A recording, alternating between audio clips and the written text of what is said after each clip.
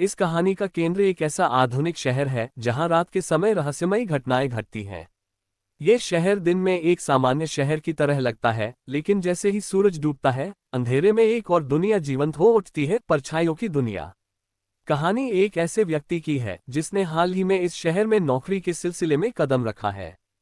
पहले कुछ दिनों में उसे कुछ खास अजीब नहीं लगता, लेकिन जैसे ही वह देर रात ऑफिस से लौटने लगता है, उसे एहसास होता है कि इस शहर की सड़कों पर सिर्फ इंसान नहीं चलते। इन सड़कों पर उसकी परछाई के साथ साथ अन्य परछाइयां भी हरकत करने लगती हैं, लेकिन वे किसी इंसान की परछाई नहीं होती। हेलो दोस्तों, आप जो ये भूतिया कहानी देख रहे हो, उसका हकीकत में कोई वास्ता नहीं है। ये सिर्फ मनोरंजन के लिए ही है। कहानी का नाम है परछाइयों का शहर। अमन एक युवा इंजीनियर है जो अपनी नई नौकरी के लिए इस शहर में शिफ्ट हुआ है। इस शहर के बारे में उसे ज्यादा जानकारी नहीं थी और शुरुआत में सब कुछ सामान्य लगता है। लेकिन एक रात जब वह देर से ऑफिस से लौट रहा होता है, तब उसे एक अजीब सी अनुभूति होती है, जैसे कोई उसे देख रहा हो। वह पलटकर देखता है, लेकिन पीछे सिर्फ सन्नाटा और उसकी परछाई होती है। लेकिन जब वह ध्यान से देखता है तो उसे महसूस होता है कि उसकी परछाई उसके जैसी नहीं है। उसकी परछाई का आकार बदलता है और वह हरकत करने लगती है। अमन इस घटना को अनदेखा करने की कोशिश करता है, लेकिन हर रात ऐसा होने लगता है। उसे लगने लगता है कि उसकी परछाई कुछ छुपा रही है। एक रात वह अपनी परछाई का पीछा करने का फैसला करता है।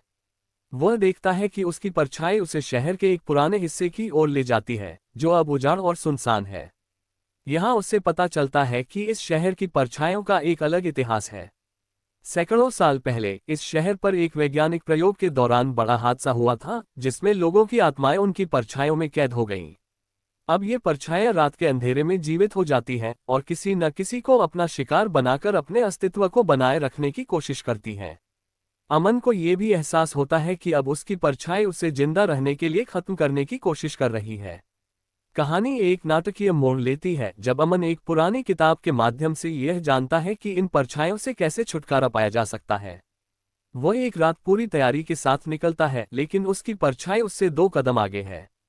अब यह लड़ाई सिर्फ अमन और उसकी परछाई के बीच नहीं, बल्कि शहर की सभी परछाइयों के बीच हो जाती है। अमन को ये समझ आता है कि उसे अपनी परछाई को हराने के लिए अपनी सबसे बड़ी कमजोरी का सामना करना पड़ेगा, क्योंकि परछाई सिर्फ उन्हीं भावनाओं से ताकत पाती है जो इंसान छुपाने की कोशिश करता है। अमन किसी तरह अपनी परछाई का सामना करता है और उसे हराकर बच जाता है। लेकिन कहानी यहीं खत्म नहीं होती। आखिरी सीन में अमन यह महसूस करता है कि शहर छोड़ने के बाद भी उसकी परछाई पूरी तरह से उससे अलग नहीं हुई है।